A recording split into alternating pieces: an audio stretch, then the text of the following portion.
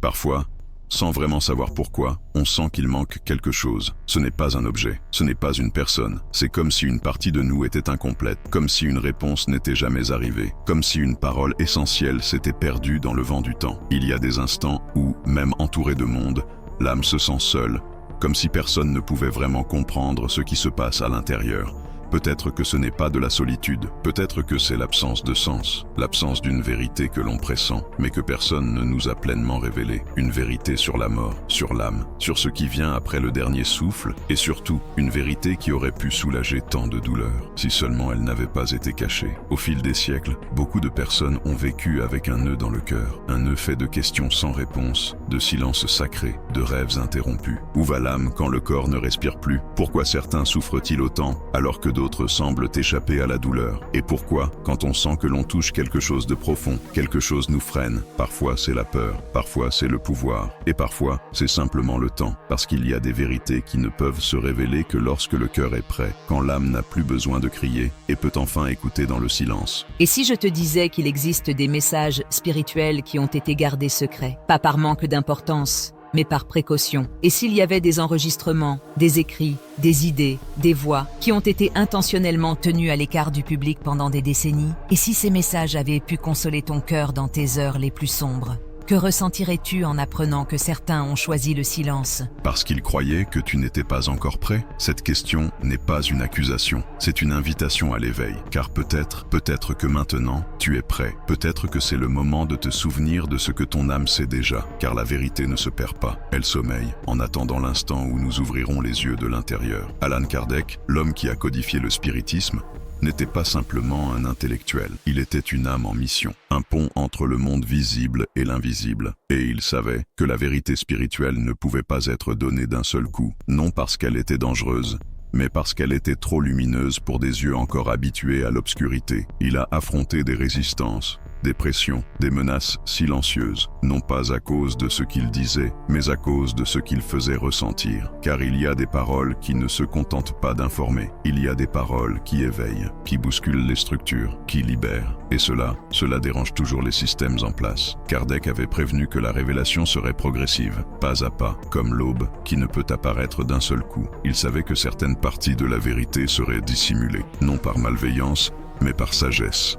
Parce que chaque âme a son rythme, chaque conscience a son propre temps, et certaines vérités, si elles sont révélées trop tôt, peuvent blesser au lieu de guérir. C'est pourquoi il a semé la lumière sur la terre, pour que, le moment venu, chaque graine puisse éclore par sa propre force. Et si ce moment, c'était maintenant? Il existe des histoires que peu racontent, des récits de documents attribués à Kardec, retrouvés bien après sa mort, des enregistrements, des notes, des études parallèles qui n'ont jamais été rendues publiques, non parce qu'elles étaient fausses, mais parce qu'elles étaient trop avancées pour leur époque, trop risquées pour un contexte encore immature. On craignait qu'elles soient mal comprises, qu'elles provoquent de la confusion, qu'elles remettent en cause des structures établies, même au sein du mouvement spirit lui-même. Et ainsi, elles furent gardées, comme des lettres jamais envoyées, comme des prières jamais dites à voix haute. La différence entre ce qui a été officiellement codifié et ce qui est resté caché est souvent subtile, mais cette subtilité peut tout changer. Il y a des idées qui n'ont pas été incluses par choix, non pas parce qu'elles manquèrent de vérité, mais par stratégie spirituelle, pour que la flamme ne s'éteigne pas avant l'heure, pour que la graine ne meure pas avant d'avoir germé. Ce n'était pas une censure comme punition, c'était une protection, comme un acte d'amour. Et pourtant, ce geste a eu des conséquences, car quand la vérité est différée, l'âme le ressent, et cela fait mal.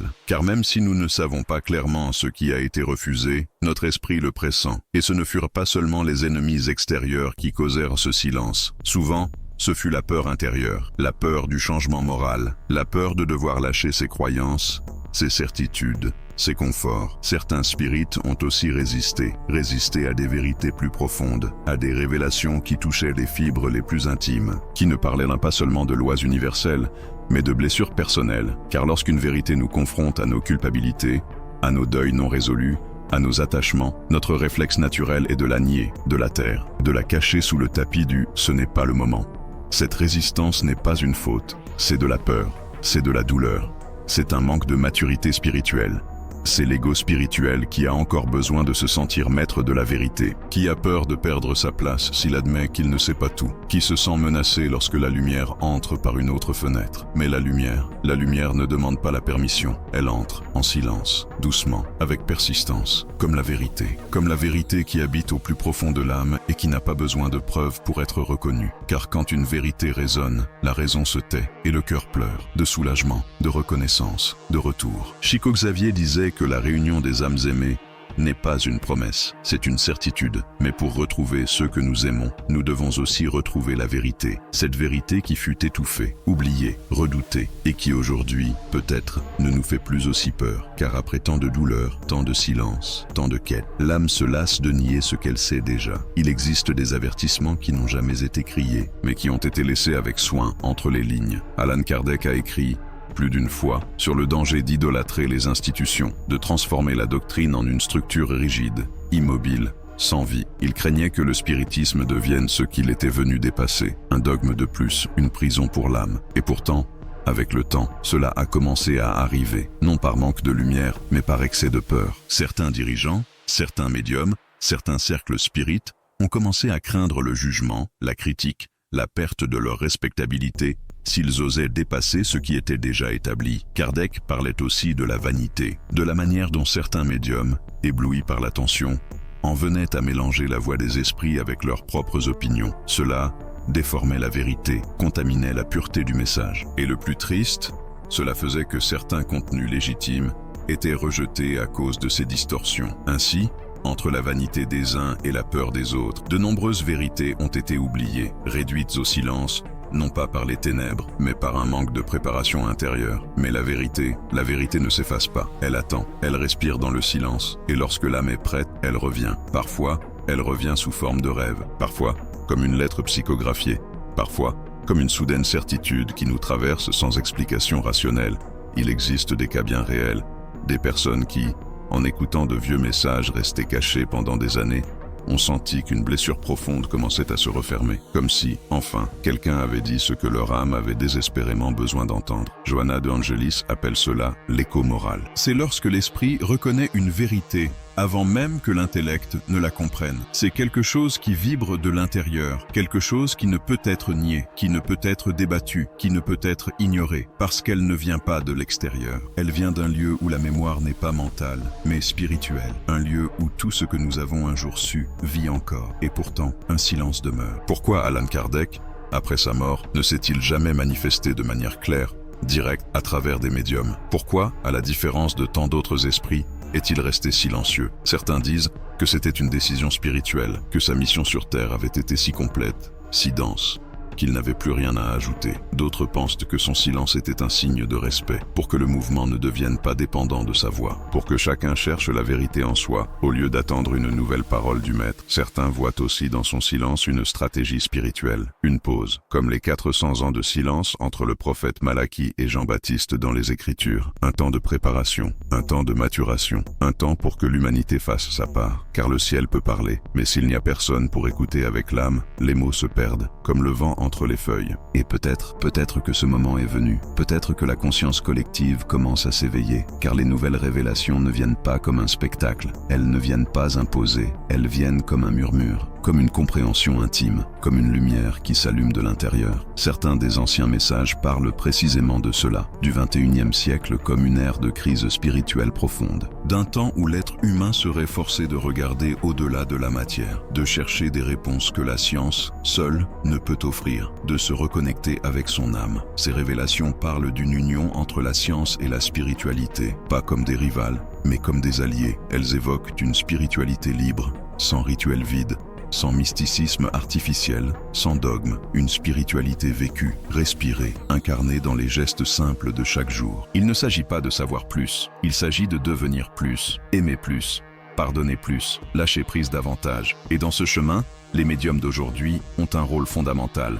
Ce ne sont plus les mêmes qu'avant. Le monde a changé, la réalité a changé. Mais certains, profondément respectueux de la doctrine, ont commencé à recevoir des confirmations, des fragments, des intuitions qui coïncident avec ce qui avait été gardé autrefois. Tous ne sont pas prêts à en parler, tous ne veulent pas s'exposer, mais ils existent, silencieux, discrets, solides, comme l'était Chico Xavier. Il n'a jamais cherché à briller, il n'a jamais voulu de gloire, il était un canal, fidèle, silencieux, fort, éternel. Mais tout ce qui brille n'est pas lumière. Il y a des risques, il y a de la mystification, il y a ceux qui, poussés par des désirs personnels, sème la confusion. C'est pourquoi le discernement est essentiel. Tout ce qui est nouveau n'est pas nécessairement vrai, mais tout ce qui est ancien n'est pas suffisant non plus. La foi a besoin d'évoluer, la doctrine doit respirer, l'esprit doit poursuivre son chemin. Et non, tout le monde n'est pas prêt, parce qu'il y a des vérités qui blessent, qui dérangent, qui demandent de lâcher l'orgueil, de lâcher le contrôle, de lâcher l'illusion de tout savoir. Parfois,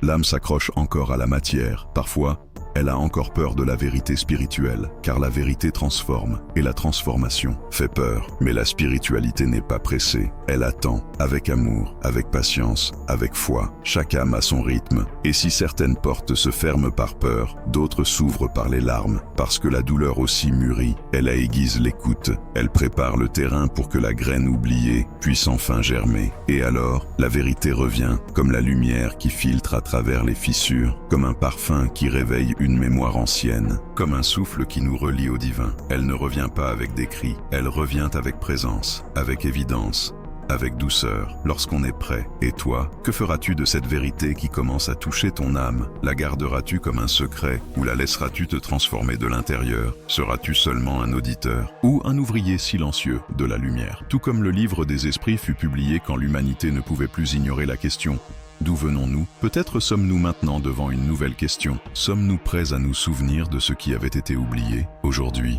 rien qu'aujourd'hui, permets à ton âme de reposer dans la foi, permets à la lumière qui est déjà en toi de trouver son chemin. Si cette vérité a touché quelque chose en toi, si une résonance s'est éveillée, même sans explication, alors peut-être es-tu déjà prêt à continuer d'écouter. Ici, la lumière ne crie pas, elle embrasse, elle attend, elle guide. Et peut-être, c'est toi, cette lumière. Nous nous retrouverons au prochain murmure de l'âme.